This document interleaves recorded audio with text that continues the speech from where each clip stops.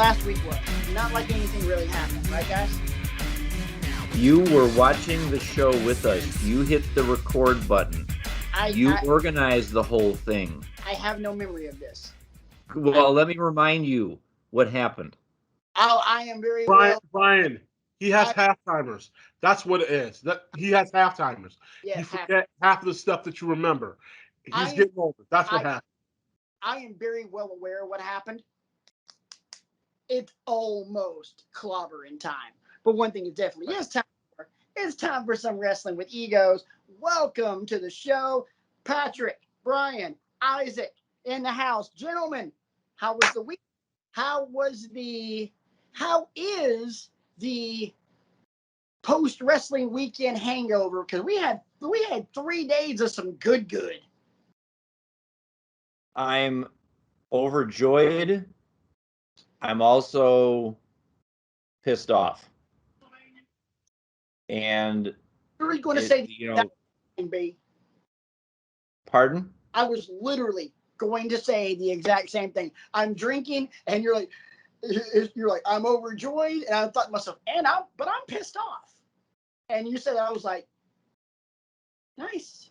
The man because there was a lot that happened that was good, and then there was a lot that happened that was not so good, and we're going to be content heavy this week. Yes, we are. And let's go ahead and get right into it with a little bit of a love-hate relationship. Gentlemen, give me 2 things about about Friday, Saturday, Sunday that you loved, not named CM Punk. Big man, you go first. Isaac, you're up. Okay. The one thing that I loved was the fact that Becky Lynch came back. I'm gonna be honest. I love Becky Lynch. I like that she came back. I don't like the way that they did it, but that's another story for another time. Probably in this segment. Yeah, foreshadowing. That's all I'm saying, ladies and gentlemen. Alert, people. We're gonna foreshadowing alert number 1. Here we go. I like the fact that RK Bro won the tag team titles, and I like the fact that they're doing something with them. I'll leave it at that. Brian, what you got? Love. 2 things I love from the week that was in pro wrestling. First of all, Swerve. I'm starting off with AEW because we have a tag team that reestablished itself as legitimate guys that can finally take the belts off of the Young Bucks. Cero Mierto. I'm probably saying that wrong, and I apologize. Yeah. The Lucha Bros are back. RJ was telling me they've been back together for a while, but it feels to me like it's been ages since I've seen them healthy on TV. They looked awesome. I think they beat Luchasaurus and Jungle Boy to be the ones that wrestle the Young Bucks in a cage at All Out. And I think they beat the Young Bucks too, because I think it's time for this elite empire to start crumbling. And it's time to bring some other people up. And I think the Lucha Bros are going to be the ones to start it off. I don't think they're going to do it just yet, but it would make sense. You get 2. You only mentioned I got another one. Hit it. I was remiss last week, and I did not pay homage at the altar of the Power Game. So let me take a moment and say, blessed be the Power Game. We have a new NXT champion, and his name is Samoa Joe, and he is now a three-time NXT champion. I am happy for him. I've been down with him for a long time. But what I'm also happy about, which in the back of my mind has me pissed because of but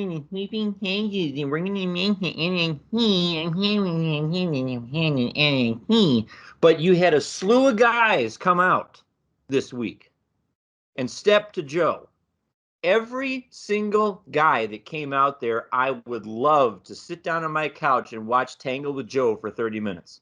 Whether it's Pete Dunne or whether it's LA Knight, that would be intriguing to me. And there were two other guys, O'Reilly, Gargano. Kyle O'Reilly, and whom? Gargano. And Johnny Gargano. Fine. I'm here for all of it. I'll mention his name now. We're going to mention his name a little bit later. Nick Khan, NXT is about the only thing you don't need to make sweeping changes to right now. You say you're in love with all of your programming. Devote your energy to that other programming then. Leave NXT alone. So that's the two things I love. We'll get to some more in a little bit. We still got we got a long show to go, brother. The two things I loved. We haven't mentioned it yet, so I'll go ahead and throw it out there. And I cannot believe I'm about to utter these words. Brock Lesnar.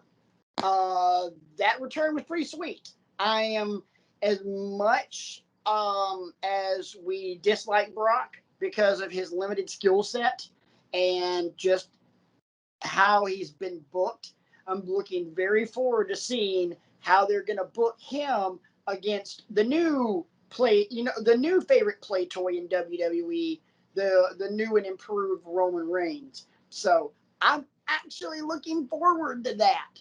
The other one that I am completely and madly over the moon in love with is just how awesome overall it is right now to be a wrestling fan. And it started with what we talked about on last Friday's episode of the show, when we chronicled our viewing experience of watching the return of CM Punk, and it's just gone on from there. We'll get more into Punk here in a couple of minutes. Isaac, back to you real quick. Two things you hated. Actually, let me get mine out of the way because I know you're going to go Bianca, and I want to let that. Wow, that's a crazy statement. You just think that I'm going to say that? How dare you?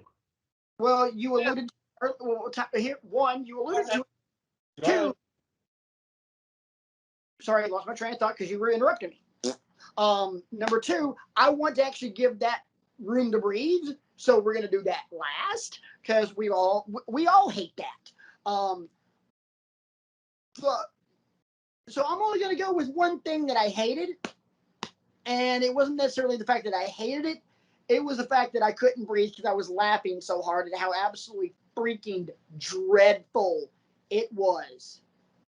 So you mean to tell me you're going to take the dude like Karrion Kross and you're going to have him look like the badass that he's been on NXT, and then you're going to make him look like a BDSM gimp from the very first Mad Max movie coming out on Monday Night Raw? I was literally, first off, the kid in me that saw the kid in me that watched Continental Wrestling back in the day, when the Fullers rented in Alabama, I was expecting to see Shane Douglas walk out with Lord Humongous, because that was Lord Humongous, also known as Sid Udy, and Shane Douglas were tag team partners way back in the day when Swafford was a itty bitty Swafford. I was expecting that. Second, when he cut his promo, I was expecting to keep the mask on and just hear, "Just walk away. We will spare your lives if you just walk away."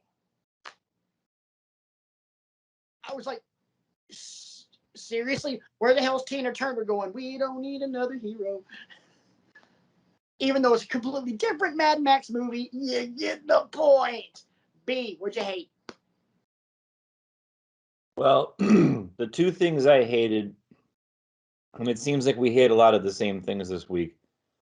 I'm going to use the word burying for both of them, because I think Bianca Belair was buried at Becky Lynch's expense. All that work you did to build her up, Yep. gone. Yep. And I also think you buried Finn Balor at Brock Lesnar's expense. Because you can tell the Brock Lesnar story anytime you want. Anytime you want to bring back Brock Lesnar, you can tell that story. But you had a fresh matchup. And I'm not just saying this because I'm a Finn Balor mark. Everybody knows this about me. But you had a fresh matchup that we've really never seen before. You're going to let me finish. I'm going to get my stuff in. You had Finn Balor and Roman Reigns tailor-made to take you through the fall.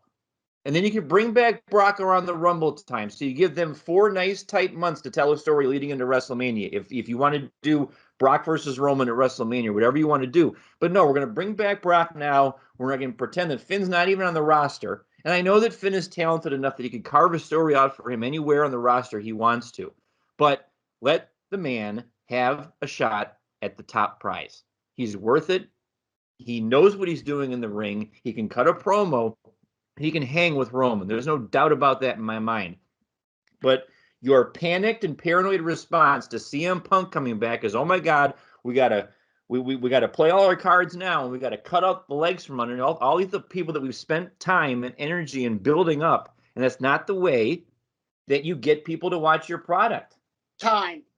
I am stopping you right there, because really, they built up Finn Balor? No, Triple H and his staff built up Finn Balor. Vince McMahon cut the legs out from under him 2 weeks after he debuted back on SmackDown. You really think that Vince McMahon, who didn't want to have anything to do with Finn Balor the first time around, is going to do anything like that? No, he never was, Brian. And look, I know you and I are both massive Balor fans.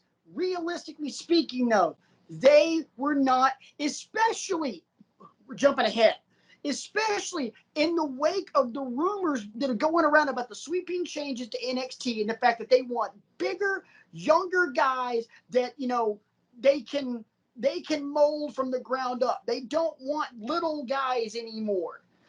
You really think for a second that mandate's just going to apply to NXT? Sucker, please. Finn Balor is going to remain upper mid card like he has been, unfortunately, because the WWE is doubling down on their short-sightedness. And while all of this is going on, there is another wrestling program that over the last 4 weeks, their viewership has increased to the point they were 1.2 million last Friday night. 3 of those 1.2 million are on this show right now. But look, fandom is one thing, but you got to look at Balor realistically in terms of how would a simpleton book him?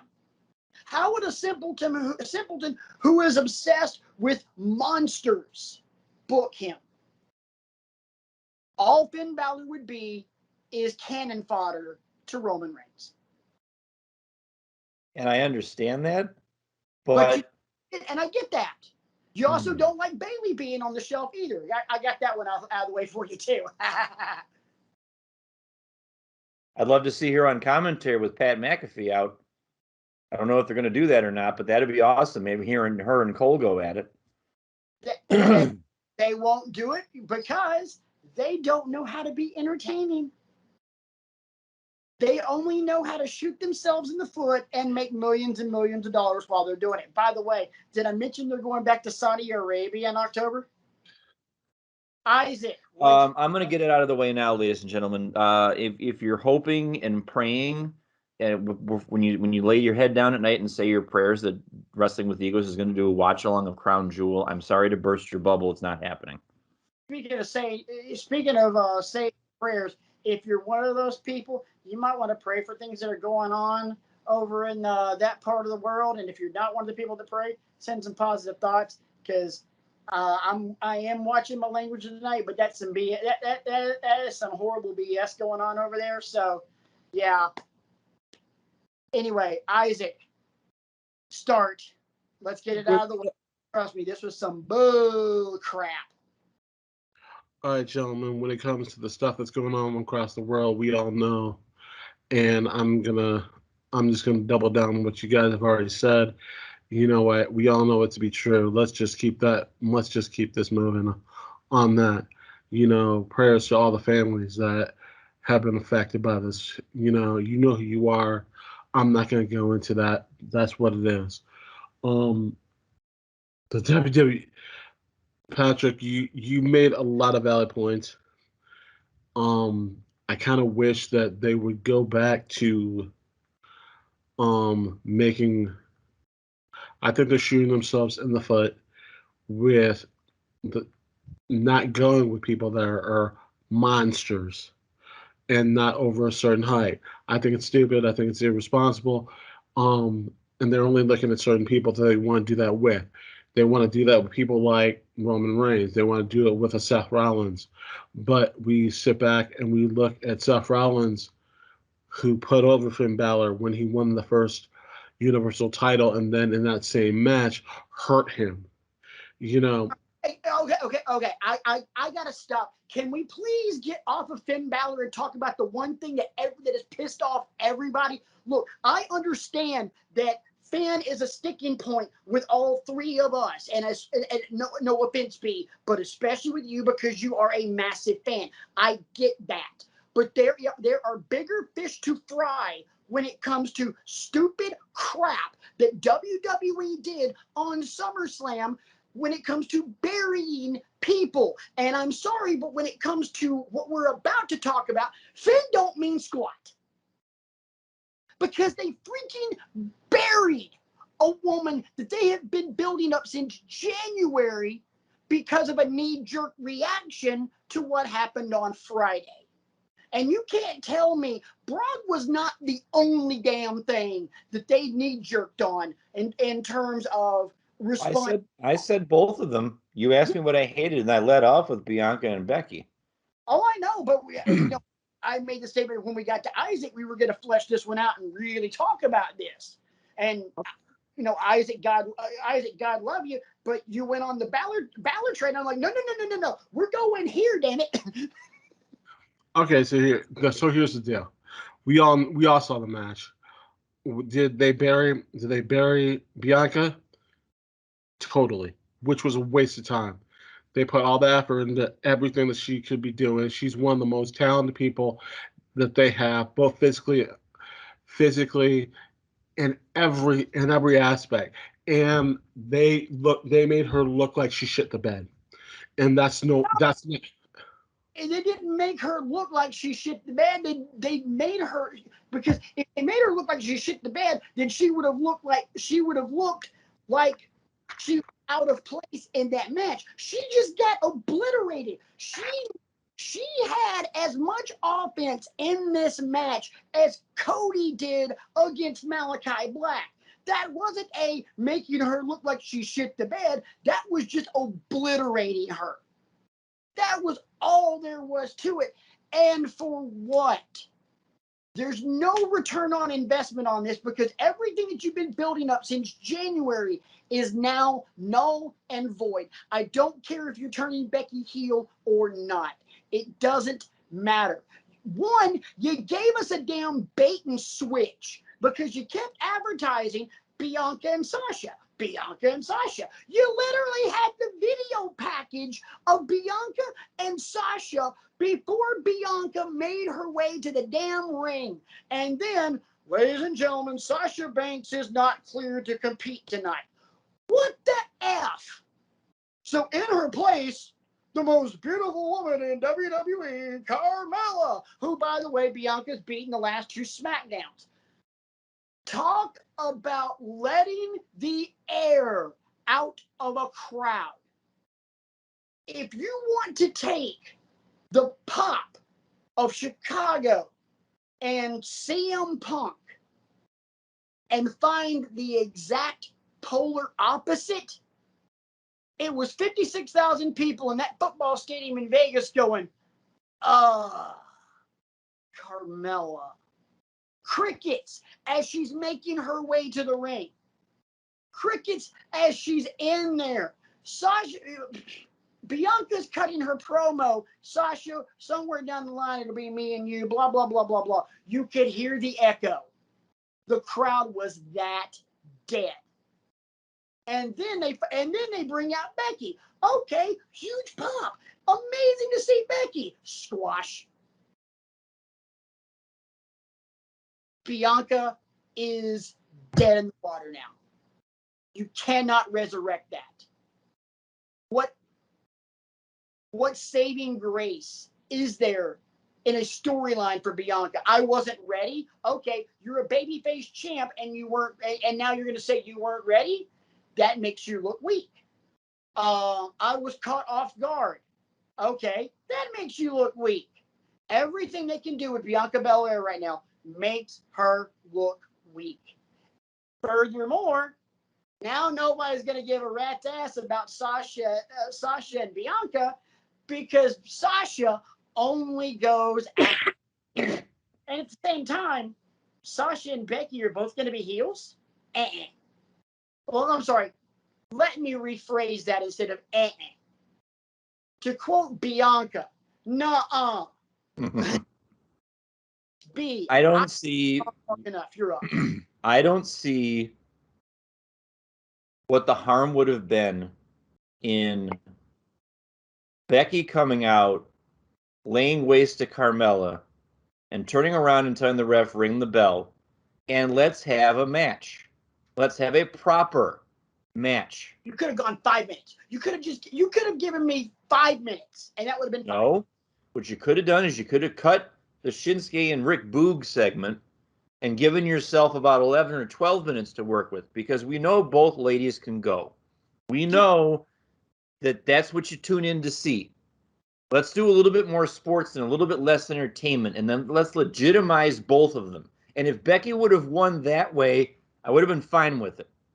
Because then you could have we could have a program that takes us into the fall where Bianca tries to get hers back and things like that. But it's like what we said before, you've done irreparable harm to the Bianca Belair character. Isaac, you and I were both going to say something. I'll let you have it. Go. We don't know to the full extent how good Becky could go, and if she could go that 5 minutes that you want her to go. Now, don't get me wrong. I love Becky. I really do. But this would have been her first match. You needed her to be ready. We don't know how ready she really was. She was not ready cardio-wise. Go back and watch it. Brian. No, I'm just saying, then why even... Brock would have been fine. Brock would be enough of a move to counter CM Punk, I think. You didn't need to do it both. No, Brock was not enough. Becky was not enough. Their two equaled their one. Becky, by the time she hit the ring and then spin kicked Carmella and did all that stuff with Carmella on the outside, go back and watch. When she's back in the ring face to face with Bianca, she's breathing heavy. I understand that, but then you don't even need... I don't know. I'm just... Again, I'm making the point that, we didn't need to do this. I'm just trying to point out to you, B, you were not going to get 11 to 15 minutes out of this. Becky was not in the shape to do it. No way, no chance, no how. She was completely gassed by the time that she fiddle-farted around on the outside, ramming Carmella into the steps, which, by the way, was the weakest stair shot I have ever seen in my life. I mean, there was one in TNA where where Christian was going to ram Scott Steiner's head into the steps, and Christian never went forward with his hands, and Scott Steiner still did that. And that wasn't nearly as weak as when Becky ran Carmella into the steps on Saturday night. Final thoughts on this, B, and then we will switch over. I'll give you the last word on it. No, you don't. I don't have any final thoughts. I've spoken my piece. Okay. It's just. I've come to the realization and this is a question that I will ask to everybody to get their opinion on down the line. Is WWE just too big to fail at this point? Because they just gleefully make these mistakes, and watch what happens, and it's just nonsensical. Yes. And it's annoying. I agree. It's nonsensical. They're not listening to their fans. They don't give a shit. And here's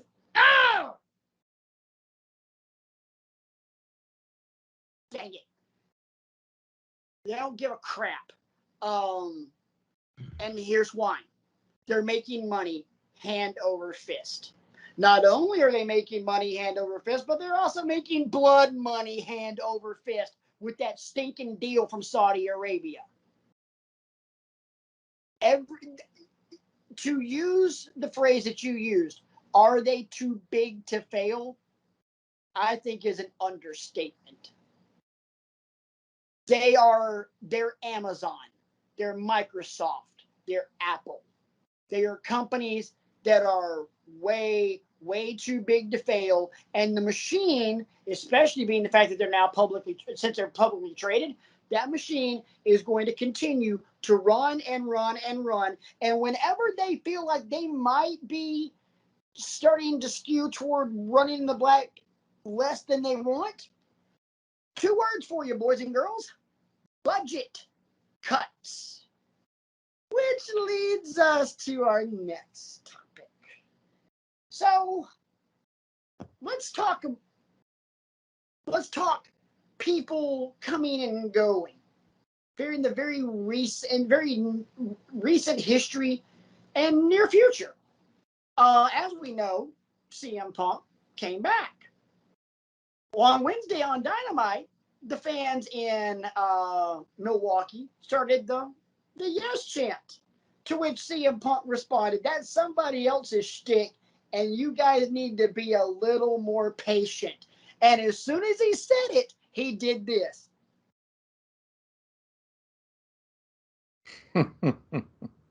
Ladies and gentlemen, the best, worst kept secret in wrestling, part D. Yeah. Yeah. Anyway, moving right along, the point that I really wanted to get at was at midnight last night, this morning, going into Friday, Adam Cole's WWE contract expired. Boom. Yes. I'm not watching Rampage right now. But I saw something earlier today that got my attention. Adam Cole canceled his Twitch stream for tonight. Oh, brother. So I don't know. You, in the pre-show run-up, you had these questions about where do you think he's going, and I made some notes for that. Shoot, go. Where do you think he's going? And I thought, you know what? It'd be nice to have somebody show some love to Impact. I agree that the AEW stories are there and they kind of write themselves because he's got history with the Bucks. He's got history with Bullet Club. He's got history with, a lot of these people. He's got a lot with Britt Baker. Yes. I mean, I didn't even think about that necessarily, but. What is he have with Britt Baker? We'll get to it later. I'm joking, ladies and gentlemen. We'll circle back. I got other issues. But I'm kidding. I'm joking. Go ahead, please. I feel like he could be a big get for Impact. And I feel, and a lot of this stuff has been centered around fantasy booking. Like we were talking about the other night, we were watching Rampage and I started salivating over Punk versus this guy, Punk versus that guy. I'm putting to the side Punk and Darby Allin, which is going to be fantastic. But Cole has proven that he can have a great match with a broom. Yeah. And I feel like Impact amongst all of these promotions is kind of getting the short shrift. So I feel, and maybe I'm wrong, just because I don't watch a lot of it. I'm not up to speed on it. But imagine Adam Cole walking through the doors and just, signing a contract or whatever and saying, "Okay, I'm here. Let's go to work." May I? Yeah, sure. Real quick, and I'll let you go back in. Adam Cole will not ever show up on Impact for one simple reason: Impact isn't big enough. Impact doesn't. Impact's viewership is half of what AEW and NXT do. Mainly because they're on a network that nobody has. They're on Twitch, yes, but their television deal is on a network that not too many cable outlets have. Not too many streaming outlets have, like Hulu or YouTube TV, where you can actually get, your live television. You don't have it very many places. I think the only place you get that channel is on Dish and DirecTV.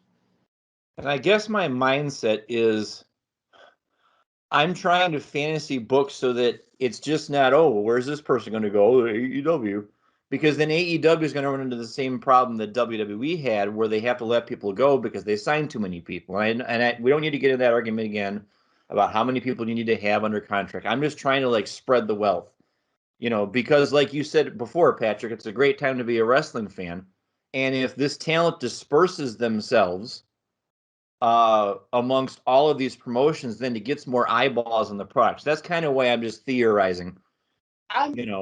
Well, then that being said, well, what if he shows up in New Japan? Oh my goodness, let's go. Right. Which anything could happen. That would be a very smart destination, because he is a former Bullet Club member. But he was a Bullet Club member mainly because of the Bucks and Kenny, and he was a part of that group before they became Elite. My opinion, he's AEW. Multiple reasons. Number one, he has gone on record that he hates how NXT is still viewed as development, when NXT has been producing some of the best content over the last 3 years in wrestling. Facts. We're looking at this mainly pre AEW over the last 6 months. Let's be honest, boys and girls, 6 months ago is when AEW really started kicking some butt.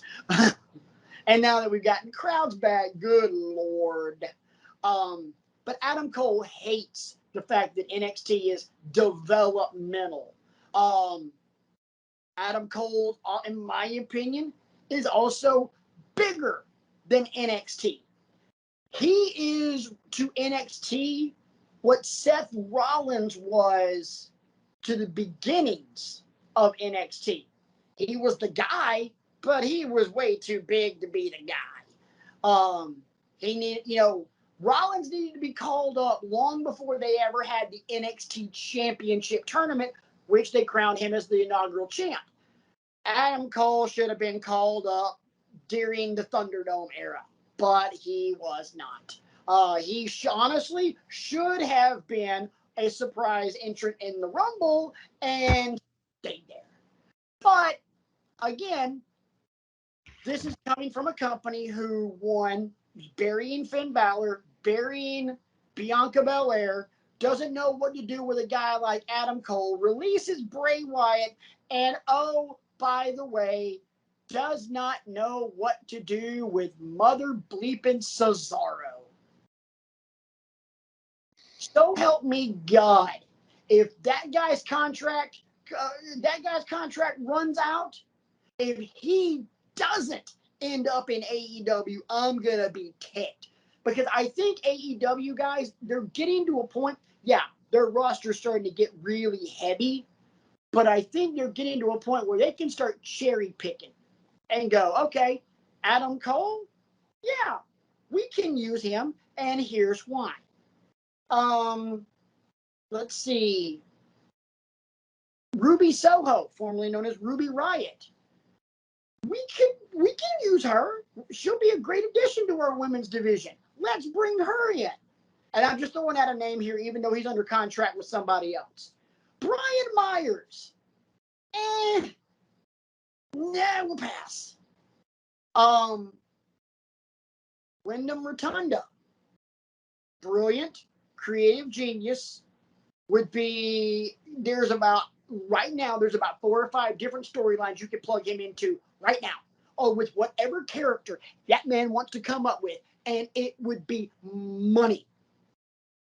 But you get other guys that have been really. I love him. I think he's a great talent. I find him to be funny, and from interactions that I know from people that know him, an amazing guy. Tyler Breeze never will show up on AEW. Fandango never will show up on AEW. Good talent. I like him. But AEW is at the point now where they're like, yeah, we don't need y'all. They need upper mid card to main event. Because that's where they've been, that's where they've lacked. I mean, it's a lot of main event guys. You got Jericho and MJF, you've got the Elite, you've got Hangman. You've got now you've got CM Punk, you've got Darby. And then beyond that, There's a chasm. big hole needs to be filled. So you start bringing in a guy like Adam Cole. You start bringing in a Bryan Danielson. Oh my God, I can't wait for that one. You bring in a Wyndham Rotunda. You bring in people like that. And okay, those guys are main event players. So now these guys that are in the main event just because we don't have it, just because, they're too good to be sitting at the nerd table, so we've got to by default put them at the cool kids table, but they really don't need to be at the cool kids table right now. Bringing in these guys, these really talented ex and soon to be ex WWE guys, bring those guys, they're at the cool kids table, and then you can take someone that still needs a little bit more polish, i.e. a Darby Allin, and put him at the upper mid card and go, all right, your time is coming. Because Darby Allin, as awesome as he is to watch and as amazing as his match with CM Punk is going to be, Darby Allin ain't ready for prime time. Not just yet. No, not exactly. Not just yet. And by filling up this roster the way it looks like AEW might be doing, gives them life's most precious commodity, time. Isaac, got anything to add on Adam Cole, baby? I think he's a talent. I agree with everything that you said. I really don't have anything else to add. Whatever he decides to do, I know he still has a few contractual things he has to do with the WWE. No, he does not. I think there's a couple other things, not with the wrestling side, but some other things. From my understanding, as of midnight this morning, he was free and clear of Stamford, Connecticut. We will see. If I wish him the best. I hope that he does whatever he wants to do. If he wants to stay, great. If they call him up, great. Question. Let me just ask you one question: yes or no? Good idea, bad idea. Adam Cole shows up tonight on Rampage. Great idea. I think it's a good idea. I mean, it's a needle mover for sure. I do too. And honestly and truly, you know what I think you can do? A nice good face off between Kenny and Christian leading up to next week's All Out. There's the Bucks, there's the Good Brothers, there's Cutler, there's all those guys, and then Christian turns around and super kick. Yeah. Put him in there with the Super Elite. It would make too much freaking sense. Too much sense, baby. B, I do not have the format in front of me. What's next? Well, what's next is we need to address some people in the wrestling media and some of these deep thinkers who have been drinking that haterade, as it were. Oh boy! Because CM Punk has come back, and we could sit here all night and run their names down and stuff. But we're not going to. But what we are going to do is, you need a tissue? You need a wet. Yeah, that's fine. Was Yeah. this something you had? I need 5. All I will say is Booker T wishes he could get people to join the conversation the way CM Punk has done. And is CM Punk a perfect human being? No, he's not. He's made mistakes. He's put himself over at the expense of other people a time or two. You know, he's done a lot of these things, but at the end of the day, he is a breath of fresh air because he is not, as we've said many times before, your typical cookie cutter sports entertainer. He's a professional wrestler. And I think at this point, if you call him a sports entertainer, he will slap you in the mouth. Yeah, he will find me and he will, put the boots to me. He will Liam Neeson your ass. He will find you and he will kill you.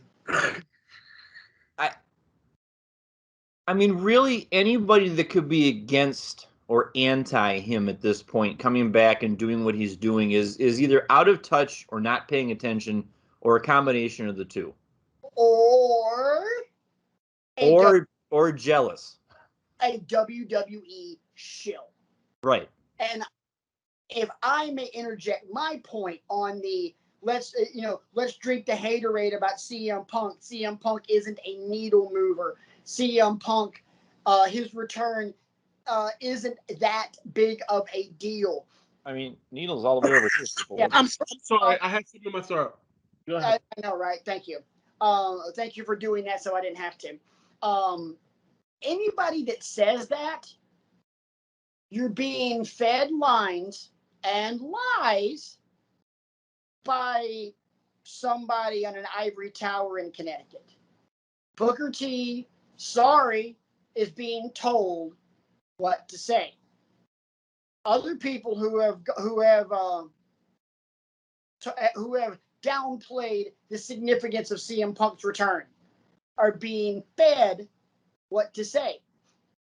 This is all you need to know about how big of a freaking deal and how important last Friday was.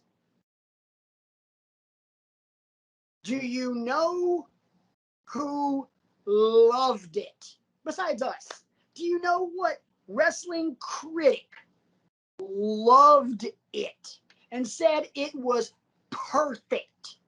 I think I might know the answer to this, actually. Go for it. Oh, geez. I'll give you a hint. Generally, he's an asshat. Are we talking Meltzer? Worse. Cornette? Yes. Okay, I wasn't sure.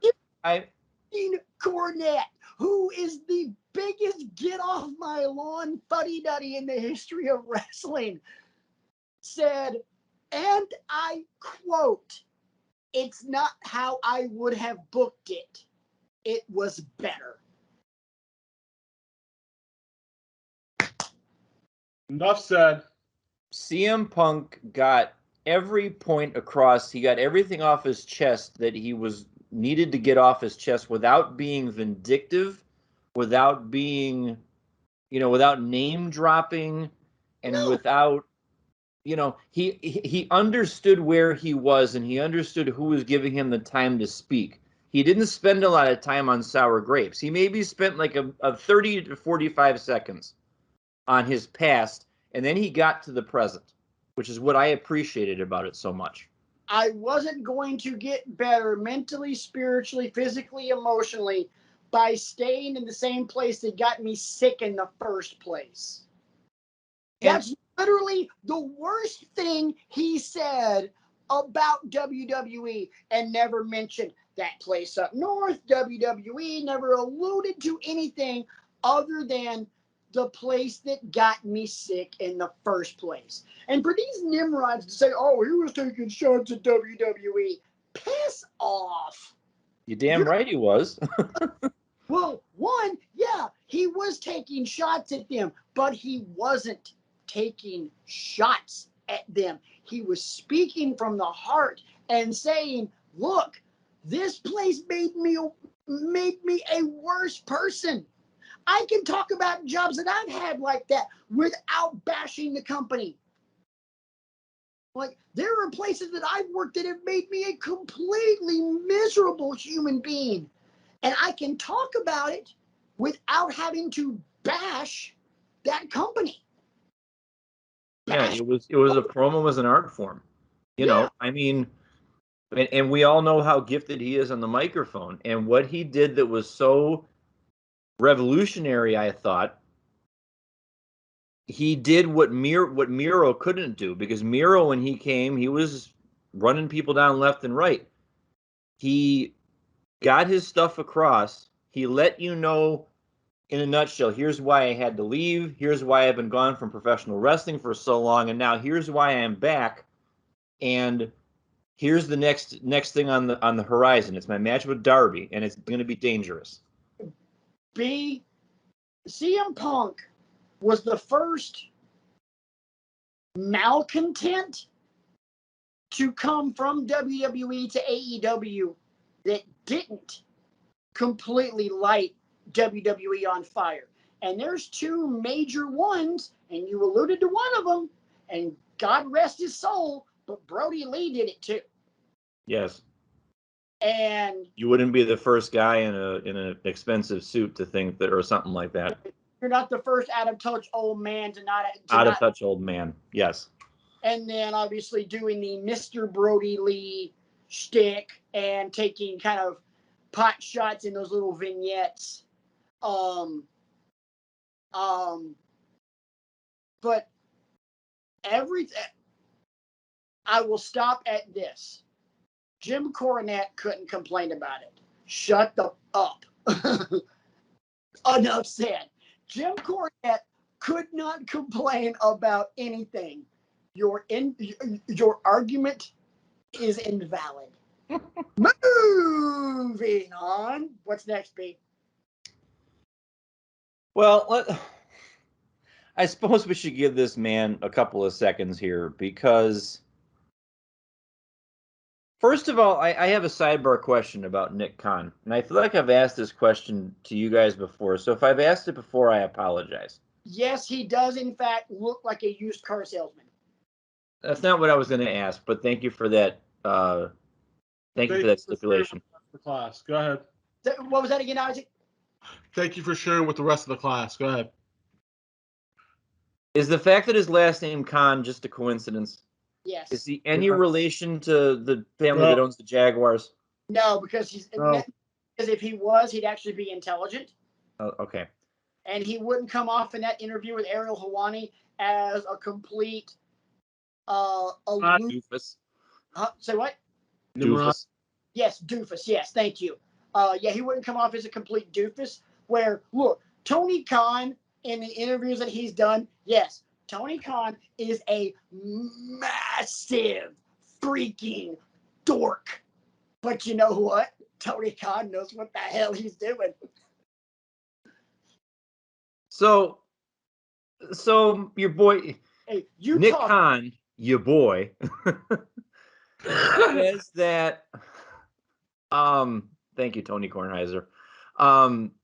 He says that all the shows on WWE are great. You know, he says, and then he says, "Oh, Raw needs to be 4 hours," and "Oh, we got all these great shows." Guys, of course he's going to say that, because he's being told what to say, and he's going to promote confidence in the brand and all this other stuff. If you make Raw 4 hours, doesn't WWE have a wellness policy? Then doesn't that apply to corporate executives as well? Because if he's making those statements, Nick Khan needs his ass drug tested because he's on something. No, that's a terrible thing to say. He's not on something. He's on everything. If he's going to make it 4 hours, if he says that the company is just, doing leaps and bounds above everybody else, you are not on just crack, weed, heroin. You are on everything imaginable. You are Rick James and Motley Crue all rolled. Rick James, Motley Crue, and Snoop all rolled up into one. Oh, don't forget Mick Jagger and Keith Richards at the same time. but I was going more Motley Crue because they did more. Yeah. Just, How long, Brian? Go. it's just more psychobabble, out of touch narrative malarkey from these people. It's just, look at us and how great we are, and the solution is more. Give us more. No, you've got all these people. Despite the fact that you've let all these people go, you still have all these people in the building that you can't create a story for. Kevin Owens, anybody heard from him lately? No, you haven't.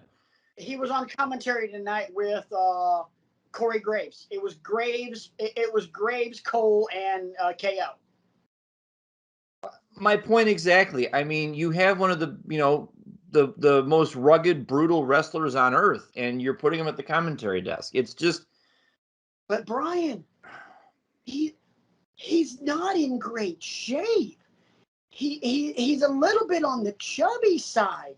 So we can't really put him on TV and make him a champion because he doesn't fit the mold when you put him in a suit. Okay, guys, thanks for watching Wrestling with Egos. I'm gonna get up and I'm gonna go reorganize my sock drawer. I'll see you later. Hey, B, seriously. We hear what you're saying, and they're idiots for sitting here and trying to make someone into a mold of a certain way, and they have to be a certain thing, and that's their problem. I had you guys wondering for a couple of seconds, didn't I? You seriously do a lap around your desk? Yeah, I just walked around the desk for a moment. I took a powder. So literally, this was like that episode of Golfing with Egos where RJ and I are talking, and you're just driving around the golf cart. That was a great time. That was good, you know what, pal. But yeah, the whole thing, Brian, you used, in terms of Nick Khan's interview with Ariel Helwani, you used the phrase tone deaf. Oh, no, I'm sorry, you used out of touch. Everything's fine. Everything's fine. I mean, look at this great show. It's great. Return to your homes, folks. Right. Everything's fine. I would see your out of touch and raise you just straight up tone deaf. Yeah. Because to say that all of the programming on WWE is great quality proves one thing and one thing only. You're listening worse than my 6-year-old. It's the modern day equivalent of Nero fiddling while Rome burns. It's honestly, I wouldn't even say that because as we talked about earlier, WWE is too big to fail at this point. If WWE realizes that they're really screwing things up, they will pull the ripcord. They will sell. It's as simple as that because somebody will buy them because companies are stupid. But Isaac, you ready to own a wrestling company, bro? You want to do this? Give me 2 weeks. We'll get the money together. Okay. You have your people call my people. Well, we got it. We're gonna wreck this league. If the three of us bought WWE, we'd put AEW out of business in 6 months. You know why? We'd write, okay, no. First off, we wouldn't want to put AEW out of business because competition. Yeah. But and we all win. At the same time, though, we'd probably cross promote with AEW and just go, hey, let's have some fun. Hey, you guys want to do Rollins versus Kenny? Darby versus Ricochet. Let's go. Sammy versus Ricochet. Kiss my butt. I got a great one. How about we do Samoa Joe and Lance Archer? Should I take money? How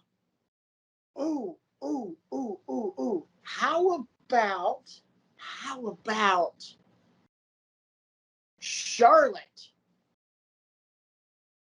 versus and hashtag friend of show, Thunder freaking Rosa.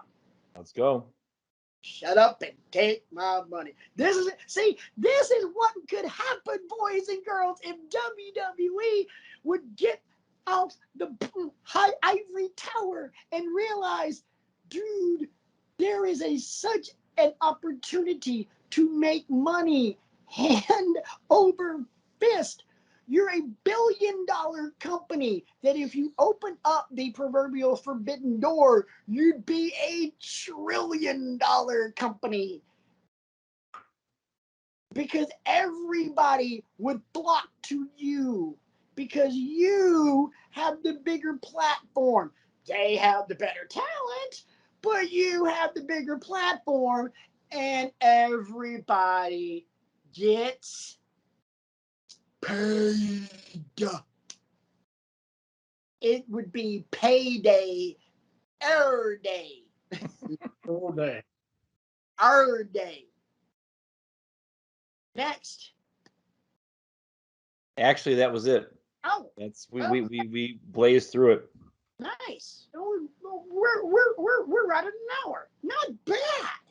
Not bad. Isaac, I know B and I have kind of dominated the last 15 minutes. You got what you got, man? I wish I had some. I'm really excited about the tag team division. I want, Who's tag team division?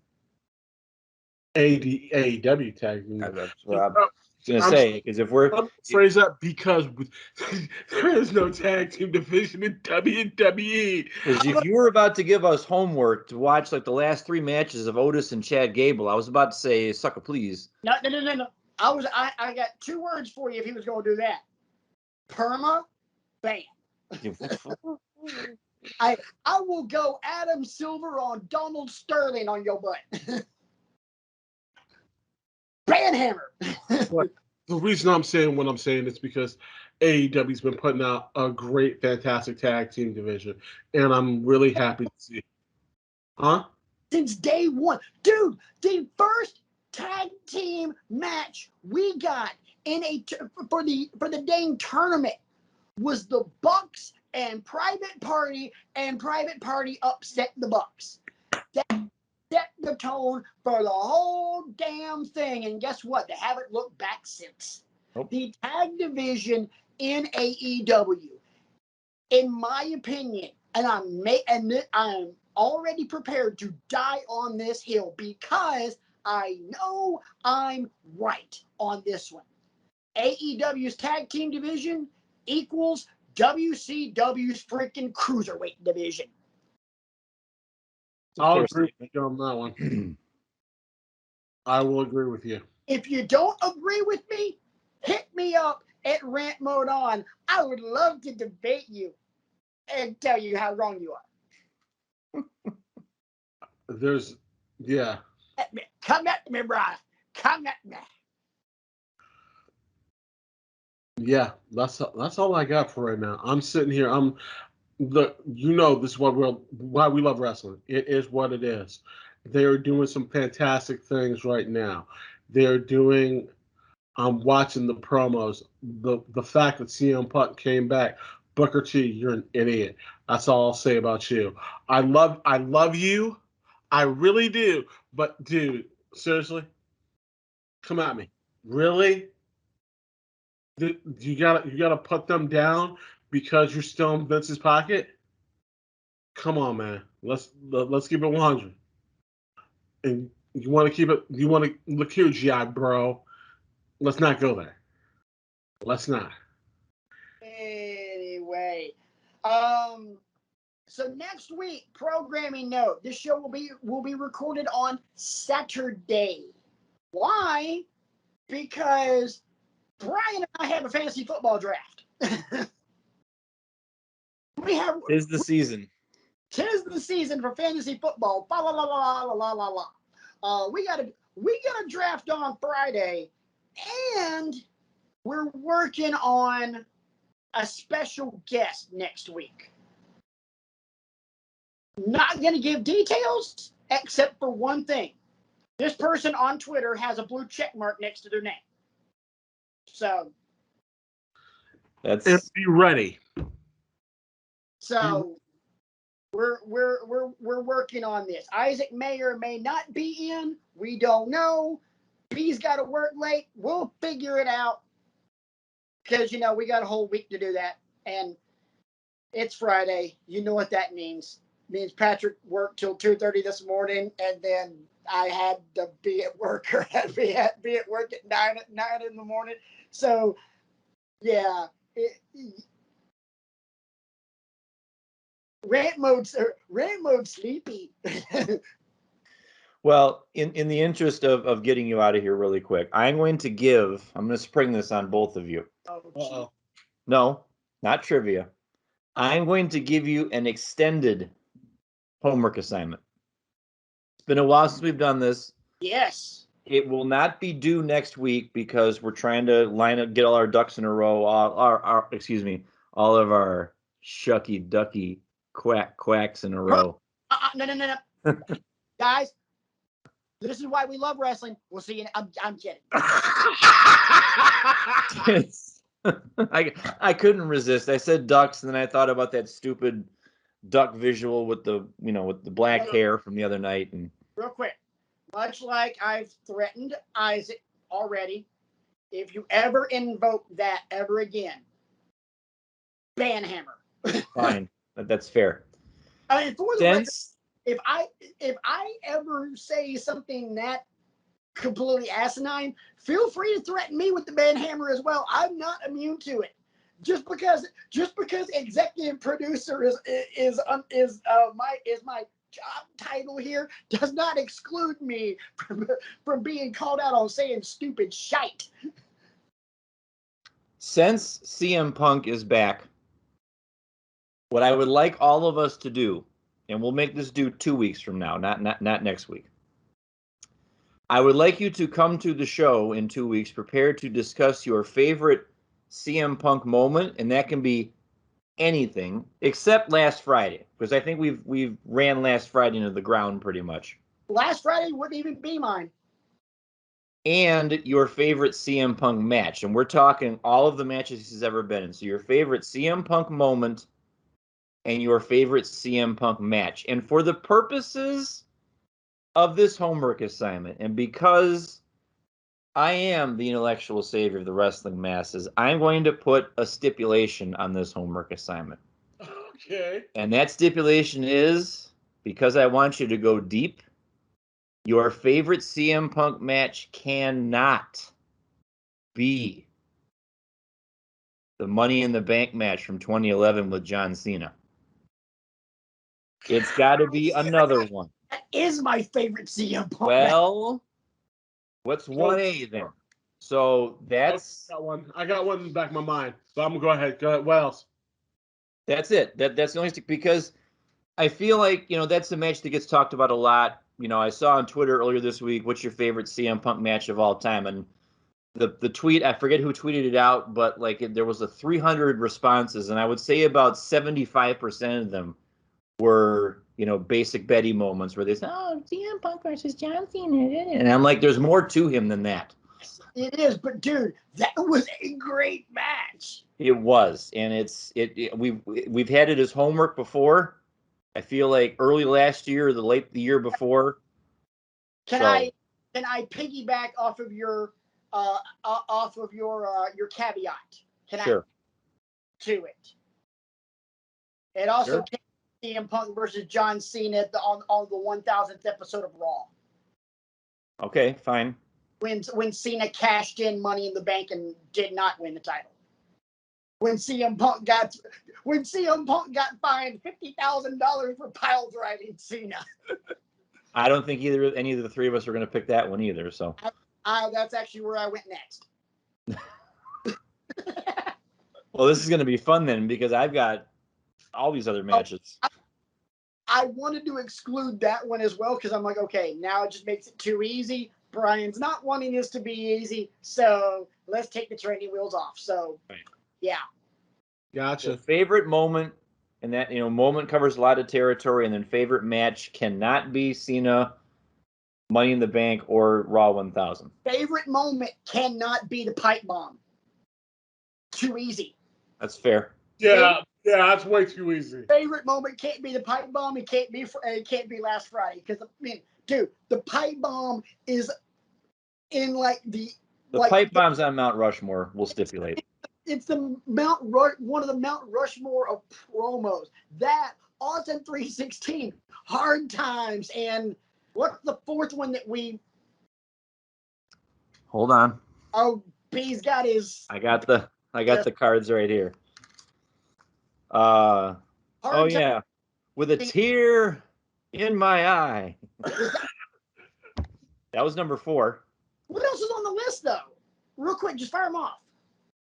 Number 10 was the Muck of Avarice, Jake Roberts. Number 9, Mark Henry, quote unquote, retiring on Raw. Number 8, Shane Douglas winning the inaugural ECW Championship. Number 7 was Paul Heyman's shoot on Vince McMahon, where he spoke in Latin half the time. Number 6 was Kane Dewey from Mick Foley. And number 5, my personal favorite, Who's Your Daddy, Montreal? 4 is With a Tear in My Eye, 3 is The Pipe Bomb, 2 is Hard Times, and 1 is Austin 316 from King of the Ring. Okay, yeah. Flair winning the Rumble would be the other. Would be the fourth on the Mount Rushmore of greatest promos of all time. But yeah, dude, you can't. We cannot invoke the pipe bomb on this one because again, low hanging fruit. Yeah, we got to go deep. So, yeah. The intellectual savior of the wrestling masses does not conduct a 101 level class. This is advanced. Yeah, this is graduate level. I'd be showing my hand here. Can the moment be that Money in the Bank match from Chicago because of the reaction?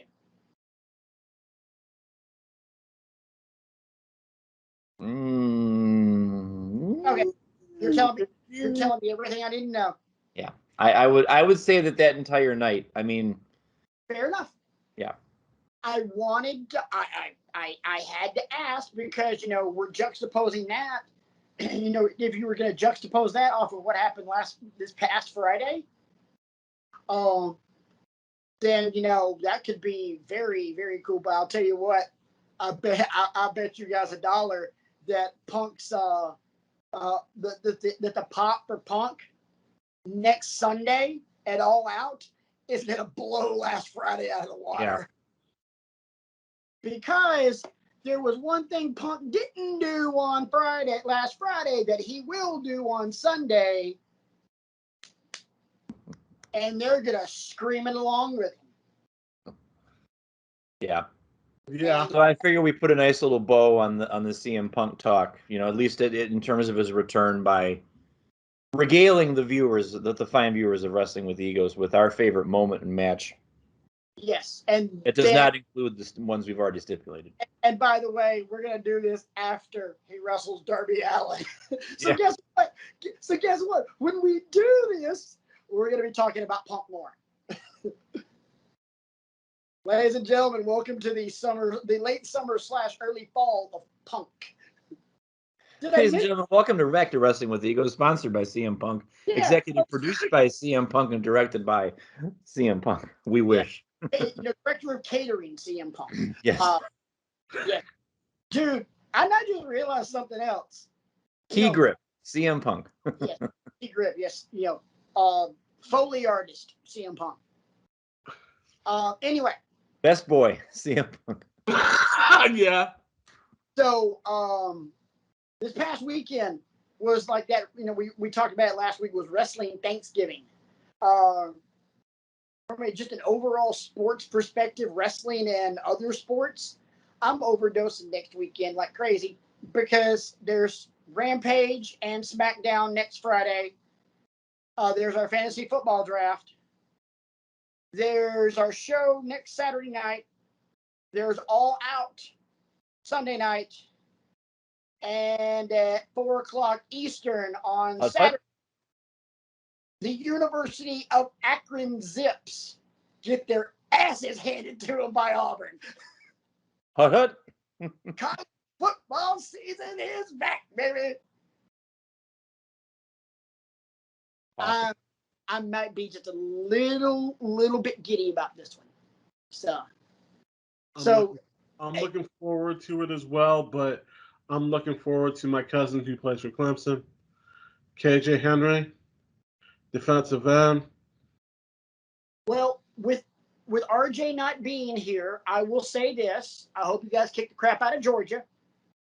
Now, that being said, if RJ were here, hey RJ, hope Georgia kicks the crap out of Clemson. You know, I'd play both sides.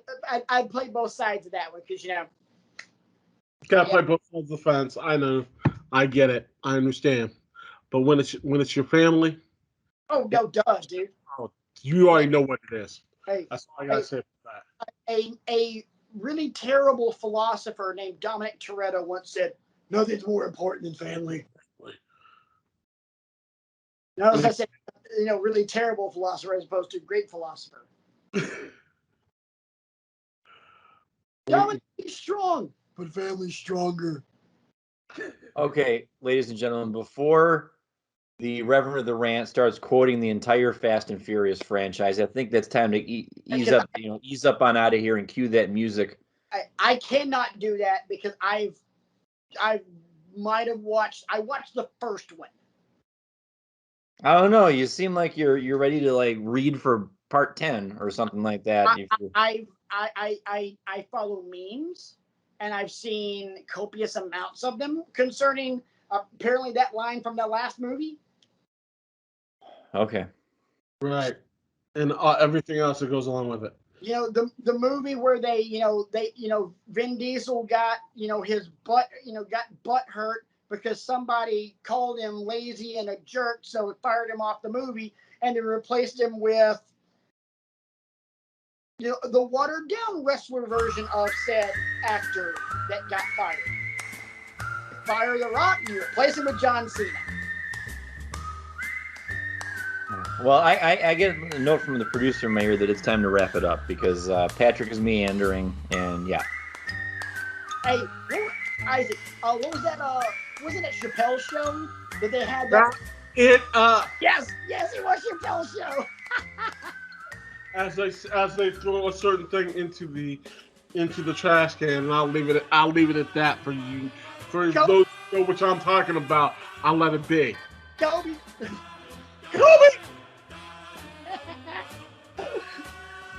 So we're getting out of here since we've completely broken Brian. So for Brian, I'm Patrick. This has been Wrestling with Egos. And before I get to the tagline, Isaac, I got a question for you. What's up? What did the five fingers say to the face? Smack! And this is why we love wrestling. See you guys next week. Love you, babe. Mm-hmm.